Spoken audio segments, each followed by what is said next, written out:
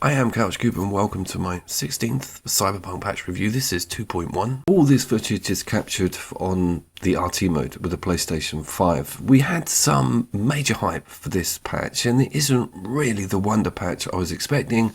The Phantom Liberty material and the in-car combat was really a major step for me because we had that added police force. Phantom Liberty does have its own section to the patch notes itself, as does some of the PC. Also some mentions of some Xbox targeted fixes. Nothing on the Sony side, wasn't really needed. Major things for this patch for me is the added metro system. Of course, we've seen some added lighting and some cleaned up sort of city visuals, which I'm very much looking forward to. And the races have been put in with some decent AI controlled opponents. That was always a very weak section to the game. There's also still a huge amount of gig fix talking about those quest types and having the gangs actually spill over into either escaping from the gigs or getting things done. They interact directly with the gameplay setup, which is really good. The gangs are proactively getting involved at the moment. Prior to the patch, even more so, we're going to look at that. But it's really cool that now the gangs are actually dominating sections of the entire map. I'll give you an example.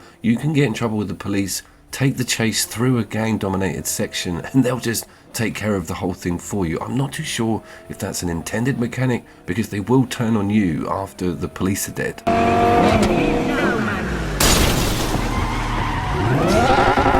We've seen a few additions with non-player character setups. You can get a little bit more intimate with Judy. The companion thing has been looked at. And of course, V can now have the radio on all the time, like walking around, which is definitely something that should have been there in the first place. But the radio on Cyberpunk is a little bit hit and miss, and I'm always very worried about the copyright.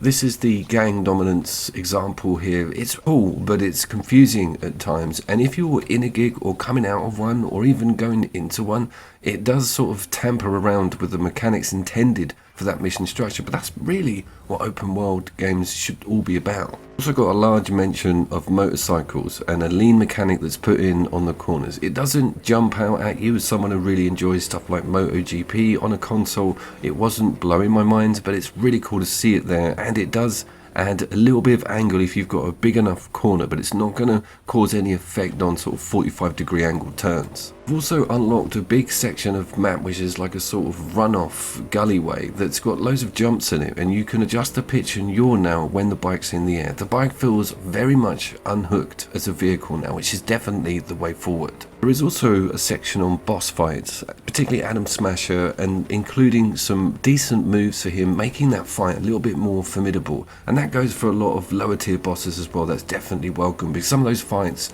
you just felt really OP in. Also a bullet point that just says made V's movement more speedy and responsive. I don't think that's the exact language, but they've moved around walking on foot a little bit, and it does feel a little bit smoother.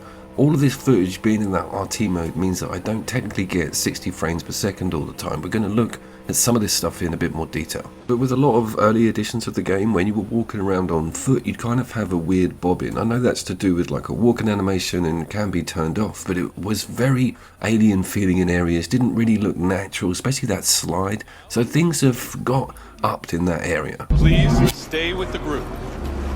Can we film now?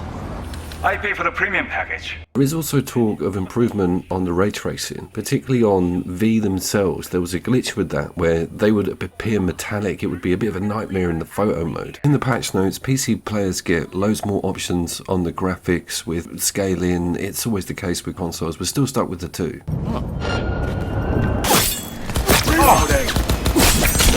I'm also locked out of most enemy vehicles or vehicles in and around the map. I don't know if it's to do with being engaged in combat. I don't remember that. Some vehicles are defunct and you can't get in them, but it seems to be a lot more frequent. This might have spawned from 2.0 or even an earlier patch. Can you guys put something in the comments, because this devastated me. I've got a jet black Akira bike that normally you'd just be able to just whip off, not put in a garage, but at least be able to smash up.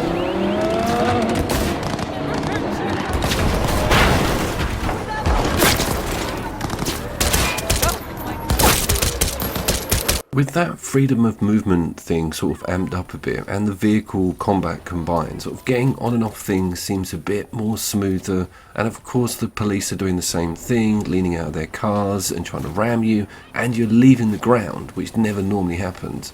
The chaos is unreal, and the gangs getting involved with the police fights as well, and then shaking the police off when you're above 2 stars is now genuinely a cool thing. But this was kind of always the case with that most recent 2.0 and the Phantom Liberty material. It's just that this is kind of like a cherry on top patch. And still spot things in this game that desperately need fixing. NPCs will still be half on the ground during particular areas, and firing out of your car both is and isn't cool because I feel a bit OP, and the police have got enough crap to deal with the gangs now that you can just pick them off. They don't know whether to go for you or for the gangs. That one needs tightening up a bit. What doesn't need tightening up though is the graphics, and everywhere I look in this game now it's just completely mind-blowingly good. It's really current gen looking, and I think a lot of distance and crispness on structures has been sorted out. You don't see that car glitch anymore with stuff disappearing over the horizon. Alright, let's get to the metro. Here's your little map. Don't think it costs you anything, you get a little card, and it is a little bit uninteractive.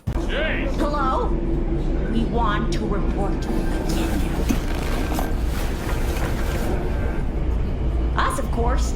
2 times, last Friday, and tomorrow at 3. But it's super cool to finally be here, to finally see a scene that was in those trailers, and also having that bike being able to do so much more, lean on the corners, all the vehicles feel quite natural and almost up to par with most other vehicle-based open world games. Not being able to do too much on these trains is a little bit of a letdown. You can get up and sit down and the stops come up, but there's no like robberies. A shootout Predator 2 style on this subway would just be absolutely amazing. And think about Red Dead Redemption 2 and what goes on the trains in that game. Also briefly just want to talk about Goldfish Roundabout, a roundabout that featured in almost all of my patches. I remember a time when there was not a single car on this stretch of road. Now you can career round it, it's busy, you can be chased by the police round it and shoot at them through your back window.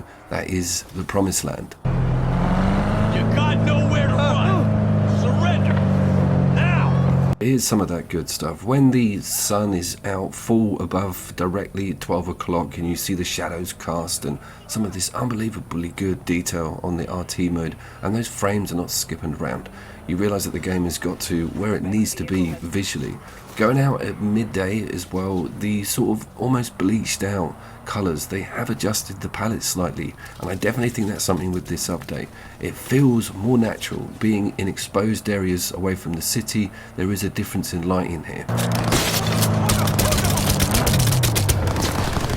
So just briefly I want to swing back to the gang thing. Just before this patch they were hyper aggressive, and if you got anywhere within their vision cone, even walking down the street, and you didn't get out of the way before that icon turned red, you were kind of done for. This has been dumbed down a bit and it's very much welcome. I think because they've upped it within mission structure, they kind of give you a break when you're walking around as a pedestrian. They're also loads better on the pursuit front, and they're a bit cleverer, they stay with you and they fire at you more. That is probably a symptom of the AI being upped for the races. They smashed my door off, couldn't believe it there. But they're quite relent and it's pretty cool. They're up there with the police. That wasn't on par with that Phantom Liberty update.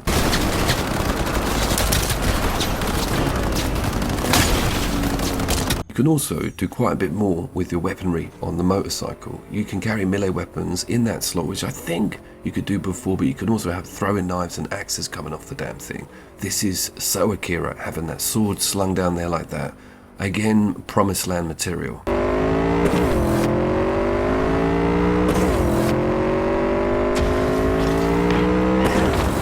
Police and gangs now will chase you right out of town. You won't be able to get rid of them if you don't start using your noggin. And I normally get all of my catch with the mini-map. I could normally get away from these guys with just a few sharp turns. Not anymore. I got chased right out to Pacifica, and once I got there, again, hell breaks loose.